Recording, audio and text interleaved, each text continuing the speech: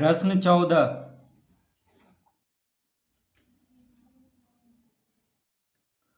निम्नलिखित में से प्रत्येक में x का मान ज्ञात कीजिए। तो प्रश्न 14 का पहला है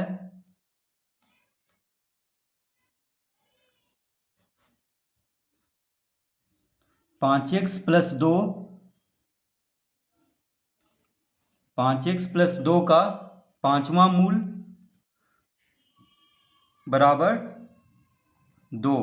तो x का मान ज्ञात करना है। तो इसको हम लिख लेंगे 5x प्लस 2 का पांचवा मूल बराबर, अब 2 को हम लिख सकते हैं, क्या लिख सकते हैं? 2 को हम लिख सकते हैं 32 का पांचवा मूल। 32 का पांचवा मूल क्या होता है? 2 होता है। यानी 32 का पांचवा मूल 2 होता है। कैसे? देखिए, 2 गुना 2 गुना 2 गुना 2 गुना 2 क्या होता है? 32। यानी 2 दूना 4, 4 दूना 8, 8 दूना 16, 16 दूना 32। यानी 2 का घात 5 बराबर 32 होता है। तो 32 को हम क्या लिख लेंगे? यानी 32 का पांचवा मूल क्या हो जाएगा? क्योंकि 2 का घात 5 बराबर 32 होता है, तो 2 बराबर क्या हो जाएगा? यानी 32 का पांचवा मूल क्या हो जाएगा? 2। ठीक है, क्योंकि 2 का घात 5 32 होता है, तो 32 का पांचवा मूल यानी 2 होगा। देखिए क्यों होगा? क्योंकि इसको हम लिख सकते हैं 2 गुना 2 गुना 2 गुना 2 गुना 2। 32 को हम इस तरह लिख सकते हैं 2 गुना 2 गुना 2 गुना 2 गुना 2। यानी 2 दूना 4, 4 दूना 8, 8 दूना 16, 16 दूना 32। तो 32 को इस तरह लिख सकते हैं। अब देखिए 5 यहाँ पे कितना 2 है? 5 2 है, और यहाँ पे 5 लिखा हुआ है, यानी 5 में से 1 बाहर हो जाएगा। तो 32 का पांचवा मूल कितना हो जाएगा? 2। तो 2 को 32 का पांचवा मूल हम लिख सकते हैं, कोई फर्क नहीं पड़ रहा है। अब देखिए 5x प्लस 2 का भी पांचवा मूल है और 32 का भी पांचवा मूल है। तो क्या हो जाएगा? 5x प्लस 2 बराबर 32 लिख लेंगे। ये कैसे होगा? क्योंकि बराबर के बायां तरफ भी पांचवा मूल है, और देखिए बराबर के दाएं तरफ भी पांचवा मूल है, तो संख्या आपस में बराबर हो जाएगा, क्योंकि दोनों का मूल तो बराबर है। क्योंकि इधर भी देखिए पांचवा मूल है और इधर भी पांचवा मूल है, यानी बराबर के दायां तरफ भी पांचवा मूल है और बराबर के बायां तरफ भी पांचवा मूल है, यानी संख्या आपस में बराबर हो जाएगा, क्योंकि बराबर का चिन्ह है बीच में। तो दोनों तरफ पहले हम मूल को बराबर कर लेंगे, उसके बाद लिख लेंगे जो संख्या है उसको बराबर लिख लेंगे। यानी 5x प्लस 2 बराबर 32 हो जाएगा। तो 5x बराबर 5x बराबर क्या लिख लेंगे? 32 माइनस 2। 2 बराबर के बायां तरफ है, तो 2 को दायां तरफ लाएंगे तो माइनस 2 हो जाएगा। यानी x बराबर कितना हो जाएगा? अतः x बराबर 32 में से 2 घटाएंगे तो कितना आ जाएगा? 30। 32 में से 2 घटाएंगे तो 30 आ जाएगा, और यहाँ पे बराबर के बायां तरफ 5 गुना x है, यानी x के साथ 5 गुना में है, तो इधर आके भाग में हो जाएगा दाएं तरफ। यानी कितना आ गया? x बराबर आ गया 6। तो इसका उत्तर होगा 6, x बराबर 6। तो x का मान पूछ रहा था, यानी x बराबर यहाँ पे कितना होगा? 6 होगा। देखिए अगर हम x के जगह पे 6 रखेंगे तो 6 पचे 30, 2 32, और 32 का पांचवा मूल क्या होता है? 2। ठीक है, इस तरह हम जांच भी कर सकते हैं इसको।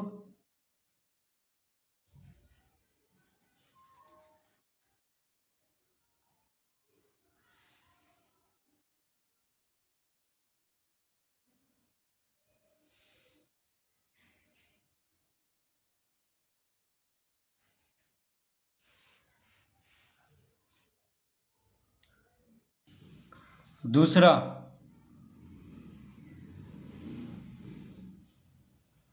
दूसरा में है 3x-2, 3x-2, 3x-2 का तीनवां मूल बराबर कितना है? 4 है। तो 3x-2 का तीनवां मूल क्या है? 4 है। तो x का मान ज्ञात करना है। तो देखिए इसको हम लिख सकते हैं 3x-2 का तीनवां मूल बराबर, अब 4 कौन से संख्या का तीनवां मूल है? 4 जो है किसका घनमूल है? देखिए यहाँ तीनवां मूल यानी 3x-2 का घनमूल, तीनवां मूल मतलब क्या होगा? 3x-2 का घनमूल।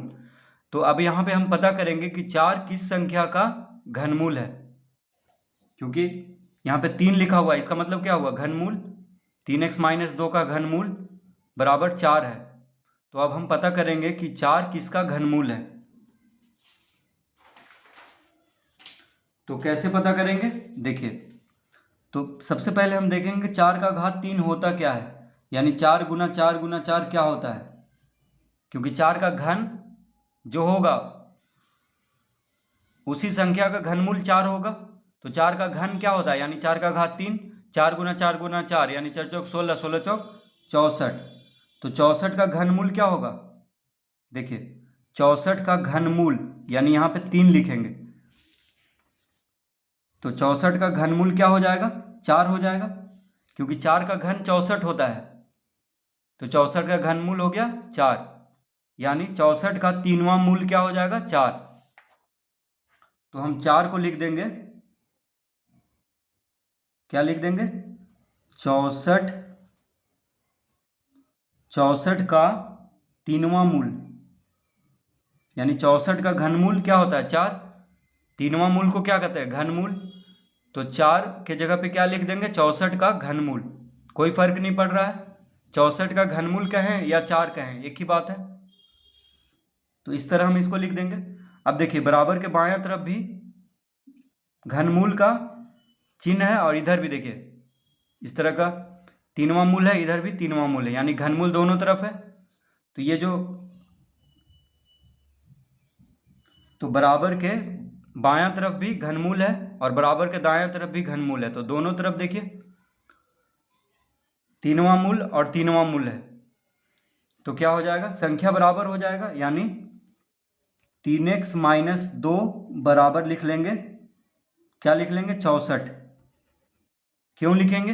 क्योंकि दोनों तरफ जब मूल बराबर है तो संख्या भी बराबर होगा आपस में, क्योंकि बीच में बराबर का चिन्ह है।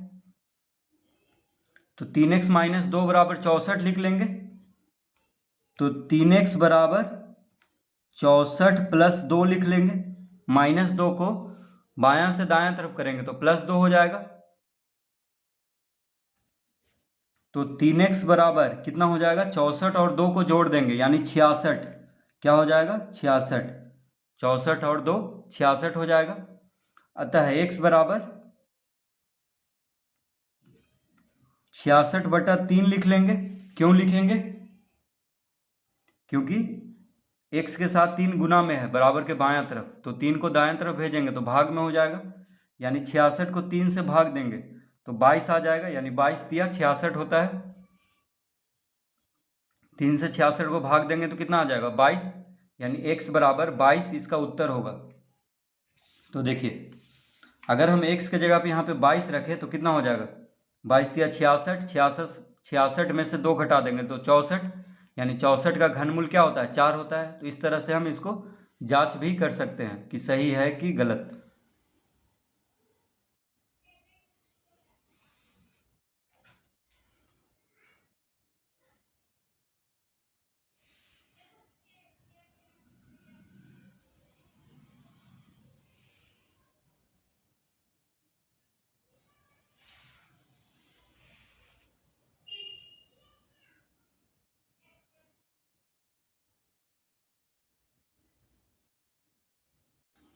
तीसरा,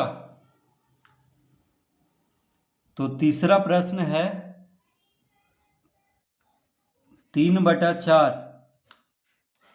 3/4 का घात 3 गुना, फिर है 4/3, 4/3 का घात -7 बराबर 3/4, 3/4 का घात 2x। ये है प्रश्न, यानी 3/4 का घात 3 गुना 4/3 का घात -7 बराबर 3/4 का घात 2x। इस तरह से प्रश्न है। तो देखिए सबसे पहले हम क्या करेंगे, ये जो माइनस है यानी घात के साथ माइनस का चिन्ह है इसको हटाएंगे, तो ये हो जाएगा 3/4 का घात 3, फिर जब घात के साथ माइनस का चिन्ह हटाएंगे तो हो जाएगा 3/4, 3/4 का घात 7 बराबर 3/4 का घात 2x। इस तरह लिख लेंगे इसको, ठीक है। यानी घात के साथ माइनस का चिन्ह है तो माइनस हटाएंगे तो क्या हो जाएगा, 4/3 का व्युत्क्रम लिखना होगा, यानी 4 अंश में है तो 4 को हर बना देंगे, 3 हर है तो 3 को अंश बना देंगे, यानी इस तरह हम लिख लेंगे। तो अब देखिए 3/4 का घात 3, फिर हो गया 3/4 का घात 7 बराबर 3/4 का घात 2x। अब क्या है, ये दोनों गुना में है, क्या है यहाँ पे देखिए बीच में कोष्टक है यानी गुना में है, बीच में दोनों कोष्टक में है तो गुना में है, तो गुना में रहने पे और आधार बराबर है 3/4, 3/4, तो जब गुना में है और आधार दोनों का बराबर है तो घात को जोड़ लेंगे, यानी 3/4 का घात 3/4 का घात कितना हो जाएगा, 3 जोड़ 7, दोनों घात को जोड़ लेंगे, यानी 3/4 का घात 3 जोड़ 7 बराबर 3/4 का घात 2x। इस तरह लिख लेंगे। अब देखिए 3 जोड़ 7 कितना होता है, तो 3/4 का घात 3 और 7 को जोड़ेंगे तो 10, यानी 10 बराबर 3/4 का घात 10 बराबर हो जाएगा 3/4 का घात 2x। अब बराबर के बायां तरफ भी 3/4 है आधार और दायां तरफ भी आधार 3/4 है, ठीक है, तो दोनों तरफ बराबर है तो घात भी बराबर होगा, क्योंकि जब आधार बराबर है दोनों तरफ, बराबर के बायां तरफ और बराबर के दायां तरफ भी, तो घात भी बराबर होगा, यानी 10 बराबर होगा 2x के, तो लिख लेंगे 10 बराबर 2x।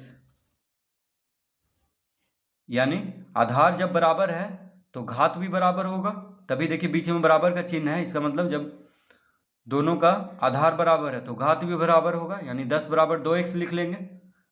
तो x बराबर कितना आ जाएगा, तो लिखेंगे अतः